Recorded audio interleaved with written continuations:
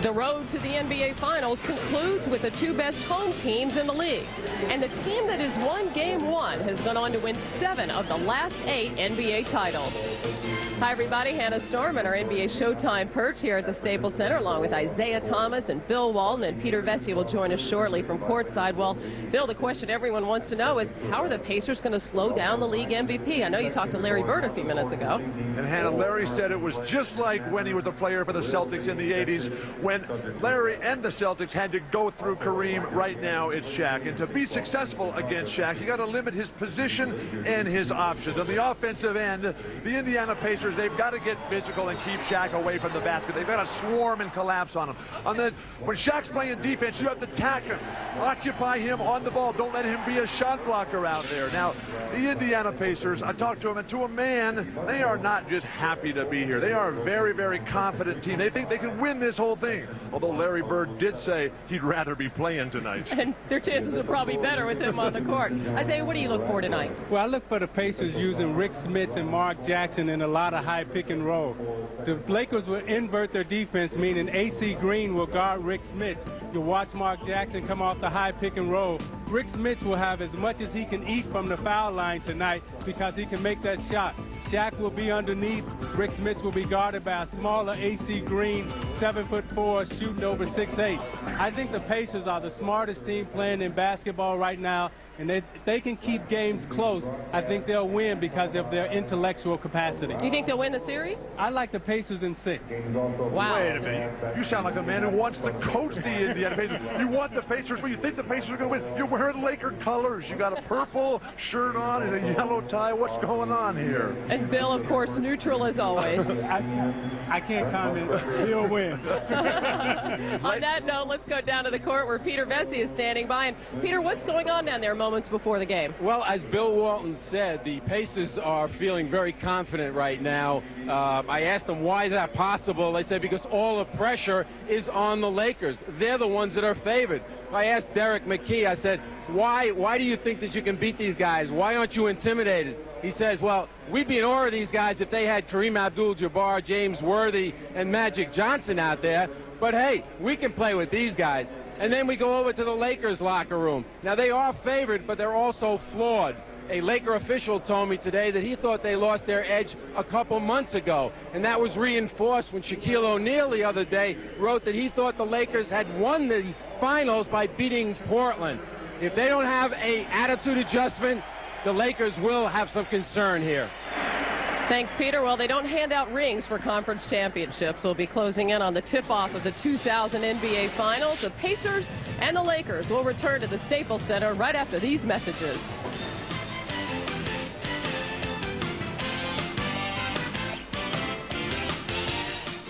The NBA on NBC is brought to you by Killian's Irish Red, which reminds you one look says a lot. By Nissan. Driven. By Net Zero, defenders of the free world.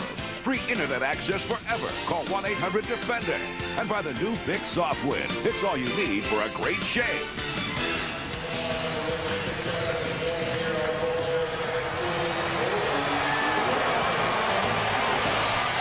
The lineups for Game 1 of the NBA Finals.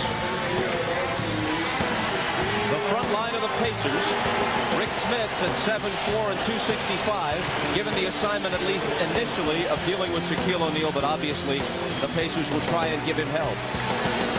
Reggie Miller, the all-time leader in three-pointers made in regular season and playoff history in the NBA. And Mark Jackson, a 13-year veteran. As is Miller, finally making a trip to the NBA Finals. Larry Bird, the NBA's Coach of the Year, his first season in 1998 with the Pacers, has them in the Finals, and this is third and last season. Shaquille O'Neal led the league in scoring, and he leads the playoffs in scoring and rebounding. Kobe Bryant and Ron Harper in their backcourt, and as Doug Collins pointed out on the opening, Bryant against Reggie Miller head-to-head, which will occur at least part of the time, is one of the matchups to savor in this series. Phil Jackson, highest regular season and playoff winning percentage of any coach in NBA history.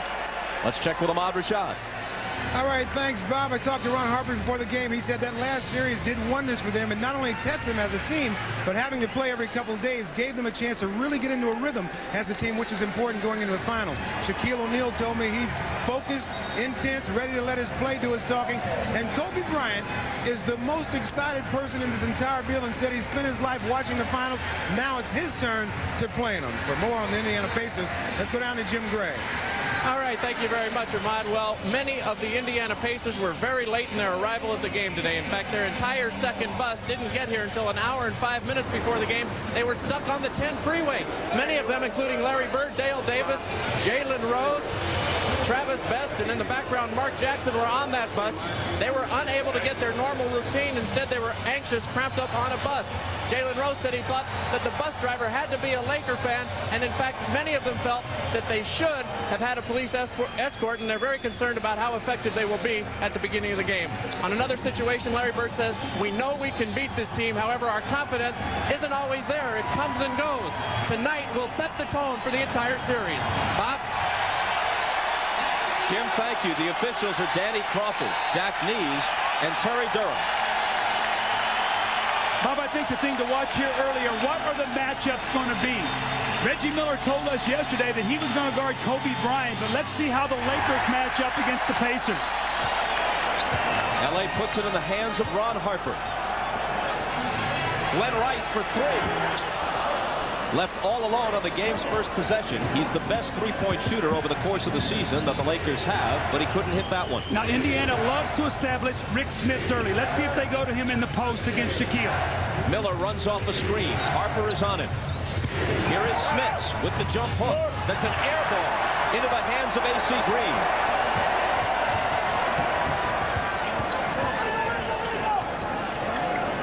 Ron Harper finds Shaq. He's double-teamed, his pass deflected, and stolen by Dale Davis. Mark Jackson pushes it up the floor, finds Jalen Rose. And the Pacers take a 2-0 lead. Big basket there for Jalen Rose. He must get off to a good start. Early in the playoff box, he has struggled where he's drifted early in games and tried to get going later, and it's been too late for the Pacers in many instances. Miller's on Bryant. Kobe to the baseline. Here's his turnaround to tie the game. What a tough shot.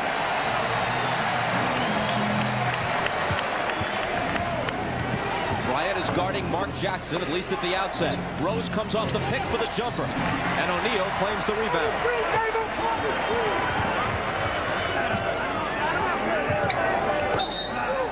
Pass in the lane to Glenn Rice in the game's first whistle. We have some really good matchups out there. Jalen Rose and Glenn Rice. Jalen's going to have to do a good job chasing Rice around screens. That time he tried to get a quick post up, and Rose has got to stay out of foul trouble. They need him out there on the floor.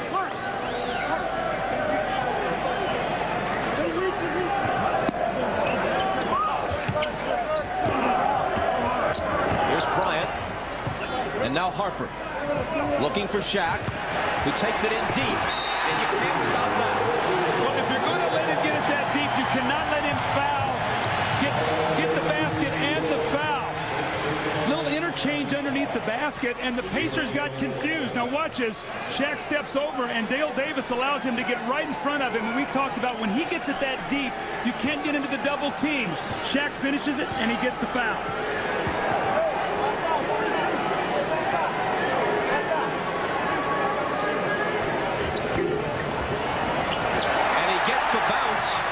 A strange bounce to complete the three-point play. He's now hitting right at 50% in the playoffs. He made two huge free throws with 2.5 minutes to go to tie the game against Portland on Sunday.